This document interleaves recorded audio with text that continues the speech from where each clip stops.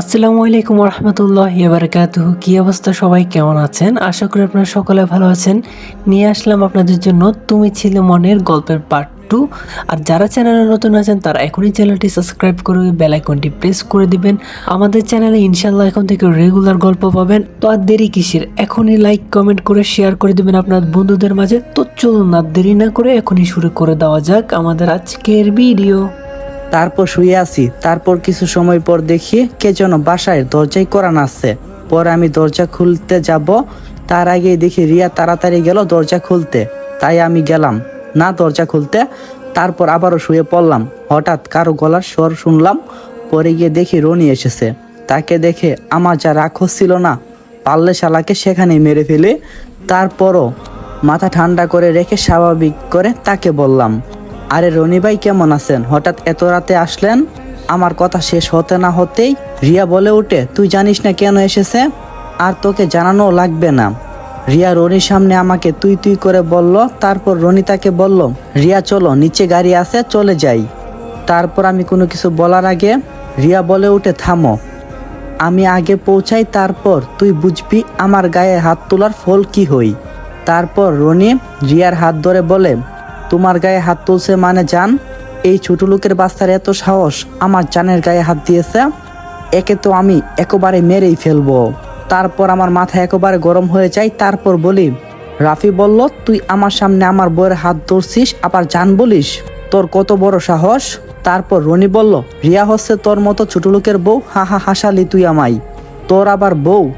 এই বলেই সে হাসতে লাগলো। রাফি বলল, তুই যদি এখন এখান থেকে না যাস তবে? রনি বলল, তবে কি? এই বল তবে কি, কি করবি বল? ফকিরের বাচ্চা, বল কি করবি? তারপর আবার সে রিয়ার হাত ধরে বলে, বল কি করবি? তোর কিছু করার আছে? আর কার বউ? বল এবার তোর বউ। তারপর আমি কান্নার স্বরে রিয়াকে বললাম, রিয়া তুমি কিছু বলো, আমি তোমার কি হই? চোখ থেকে টপ টপ করে পানি পড়ছে আমার। কারণ রাফি এসব সহ্য করতে পারছিল না।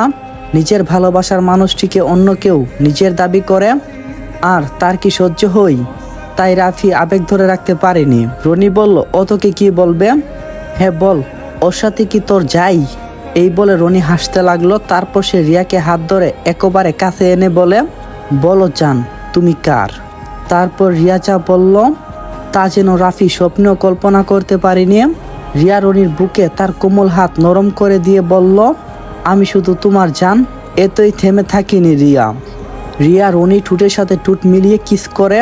এটা দেখে রাফির আর কোনো আক্ষেপ থাকলো না, কারণ রিয়া যে আর তার নেই। রনি বলল, ও তাই বেবি? এই বলে রনিও তার ঠোঁট জোড়া রিয়া ঠোঁটের সাথে মিলিয়ে নেই। এটা দেখে রাফির যেন মনে হয় তার পা থেকে মাটি সরে গিয়েছে। তারপর রনিকে কান্না করতে করতে বলে, তোর এত বড় সাহস, তুই আমার রিয়াকে? বলতে বলতে সামনে আসতে থাকে। তারপর রনি তার কোমরের হাত পিছন থেকে একটা পিস্তল বের করে দিয়ে বলে, এই ছোট লোকের বাচ্চা, বল কি করবি? হ্যাঁ, আরো সাহস দেখাবি? এই শালা বল কি করবি? চিৎকার করতে করতে পিস্তলটা রাফির দিকে তাক করে গুলি করার জন্য। ঠিক তখনই রিয়া পিস্তলটা নামিয়ে বলে, থাক না জান, ওর মতো ছোট লোকের বাচ্চার জন্য এত দামি পিস্তলের গুলিটা নষ্ট কইরো না। রনি বলল, ঠিক আছে বেবি, তুমি বললে তাই ছেড়ে দিলাম, না হলে ওকে শেষ করেই দিতাম। রাফি বলল, না রিয়া, তুমি আমাকে প্লিজ মেরে ফেলো, তুমি ছাড়া আমি বেঁচে থাকবো কি করে বলো? প্লিজ আমাকে মেরে ফেলো। রাফি কান্না করতে থাকে। রনি বলল, তোর মরার শখ হয়েছে তাই? থাম, তোর শখ পূরণ করে দিচ্ছি। রাফির দিকে পিস্তল তাক করে আবার। রিয়া বলল, বাদ দাও না এই ছোট লোকের কথা, অত একটা গুলির দামও দিতে পারবে না, চলো আমরা চলে যাই জান। রনি বলল, ওকে। আবারও রাফির সামনে অশ্লীল কাজ। রাফি নীরবে দর্শকের মতো দেখছিল, আর চোখ থেকে পানি পড়ছে। তারপর রাফি নিজের ভালোবাসার মানুষটিকে শেষবারের মতো ধরে রাখতে চাচ্ছিল। রাফি রিয়ার পা ধরল। রিয়া মুচকি একটা হাসি দিয়ে বলল, তুই এত ছলি রে, শেষমেশ আমার পা ধরলি? রাফি বলল, না রিয়া, আমি তোমাকে যেতে দেব না, আমি তোমাকে হারাতে পারবো না। আমি কি করে তোমাকে ছাড়া বাঁচবো বলো? আমি কি অপরাধ করছি বলো? তোমাকে নিয়ে আমার কত স্বপ্ন, দয়া করে তুমি চলে যেও না।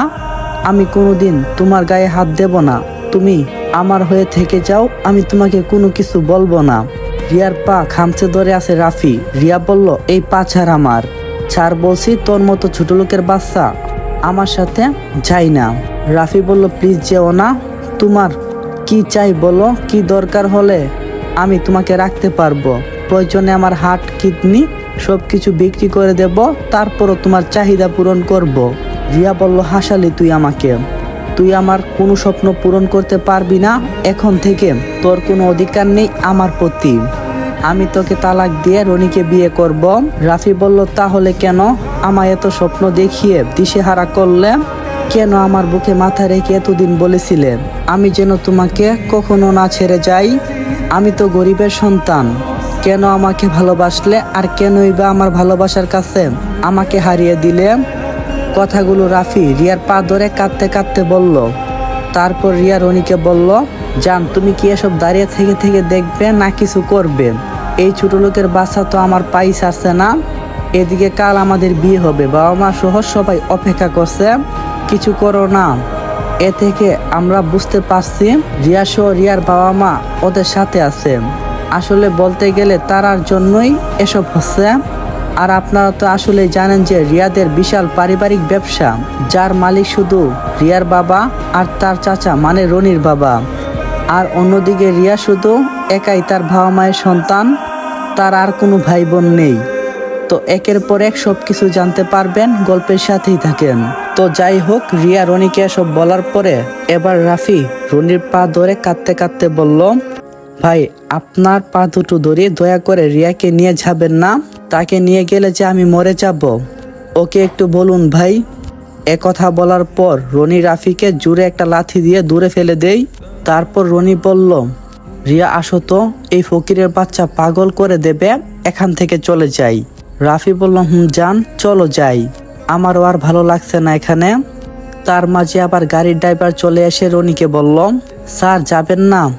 রিয়া আপুর বাবা ফোন দিছিল, আপনাকে ফোন দিতে বলল, কিন্তু আপনার ফোন তো বন্ধ, তাই এখানে আসলাম। তারপর রনি তার ফোন চেক করে দেখে ফোনটা বন্ধ ছিল। তারপর ড্রাইভারকে বলে, এই লাগেজগুলো নিয়ে যাও।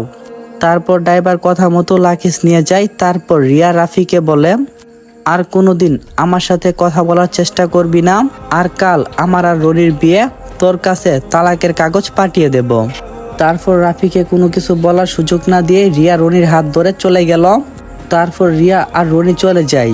আর রাফি তার ভালোবাসার রাজপ্রাসাদ ভেঙে একটা কাঙ্গালের মতো দাঁড়িয়ে আছে আর তাদের চলে যাওয়া দেখছে। আর অসহায়ের মতো বলে, তুমি ছিলে আমার মনে।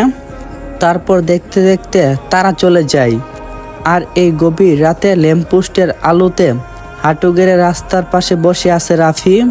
আকাশের দিকে মাথা ইস্যু করে তাকিয়ে বলে, তুমি না বলছিলে আমি শুধু তোমার? তবে কেন আমার হয়ে থাকলা না? তোমাকে তো রাখিছিলাম এই বুকের ভিতরে, তুমি ছিলে আমার মনে। বলে সে এক নীরব দৃষ্টিতে পাথরের সেই রাস্তার দেখে আর ভাবে, কি করে আবার পারবে রিয়াকে তার করে নিতে। এসব ভাবতে ভাবতে রাত যেন তার রাস্তায় শেষ হয়ে গেল। হাই রে ভালোবাসা, এর জন্যই বড় কবিরা হয়তো বলে গেছে, ভালোবাসতে গিয়ে নিজের ভালো থাকাটাই হই না। এই গভীর রাতে যেন বড্ড মনে পড়ছে রিয়াকে। কত স্বপ্ন দেখাইছিল রিয়া রাফিকে। রিয়া একদিন বলেছিল, যদি আমি মরে আসমানের ওই তারাটা হয়ে যাই তখন কি করবে রাফি? রাফি তখন রিয়ার মুখ চেপে ধরে বলছিল, কথা আবার মুখে আনবা না, আল্লাহ করুক তোমার আগে আমার মৃত্যু হোক। এসব কথা ভাবতে থাকে। এসব কথা ভাবতে ভাবতে কবে যে বুড় হয়ে গেল রাফির কোনো কিছুই খেয়াল নেই। একটু পর রিয়া রনির সাথে তাদের বাড়িতে আসলো। এসে দেখে রিয়ার বাবা তার মার জন্য অপেক্ষা করছে। তারপর রিয়া তার বাবাকে গিয়ে জড়িয়ে ধরে। তারপর রিয়ার বাবা শফিক চৌধুরী বলে, কিরে মা, তুই এতদিন কেন একবারও আসলি না? তোকে কতবার বলছি রাফিকে বিয়ে করিস না, নিজের একই হাল করলি, দেখছিস একবার? রিয়া বলল, বাবা, আমি আমার ভুল বুঝতে পারছি, আর আমি বুঝতে পারিনি, তাই তো আজকে আমার এই করুণ দশা। আমি আবার তোমার কাছে চলে এসেছি বাবাই, আমি তোমাদেরকে ছেড়ে আর যাব না। শফিক চাচা বলল, ঠিক আছে মা, তুই একটু রেস্ট নে, তারপর কথা বলবো। রিয়া বলল, ঠিক আছে বাবা। তারপর রনি রিয়ার বাবাকে বলে ওঠে, চাচা, রিয়াকে বিয়ে করার ব্যাপারটা আর কি? শফিক চাচা বলল, তুমি এসব নিয়ে চিন্তা করো না, আমার রিয়া মা একটু রেস্ট নেক, তারপর আমি তোমাদেরকে ধুমধাম করে বিয়ে দেওয়ার ব্যবস্থা করছি। রনি বলল, ঠিক আছে চাচা। তারপর শফিক চাচা যাওয়ার পর রনি চলে গেল রিয়ার রুমে। এদিকে রিয়া তার সেই নরম বিছানায় সেই এসির কোমল বাতাস প্রায় 8 মাস পর উপভোগ করছে। যদিও রিয়া এক সময় এসব ছেড়ে একদিন রাফির কাছে চলে গিয়েছিল, আর 7 মাস যেতে না যেতেই রাফিকে ছেড়ে চলে এসেছে, যা আপনারা গল্পের মাঝেই বুঝতে পারছেন। এখন আপনারা বলতে পারেন রিয়া কেন এমন পাল্টি খেলো? তার অনেক কারণ আছে।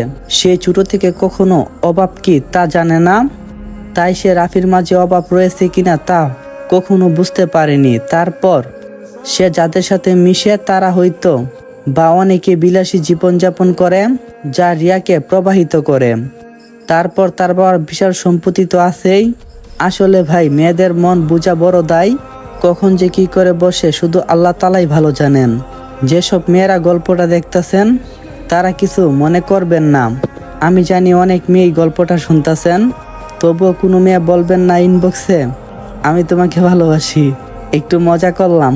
তো এখন বর্তমানে ট্রেড হয়ে গেছে যে নারীরা কিসে আটকায়। এই গল্পের মাঝে তো বুঝতেই পারছেন, সুবিধা আর আধুনিকতাই।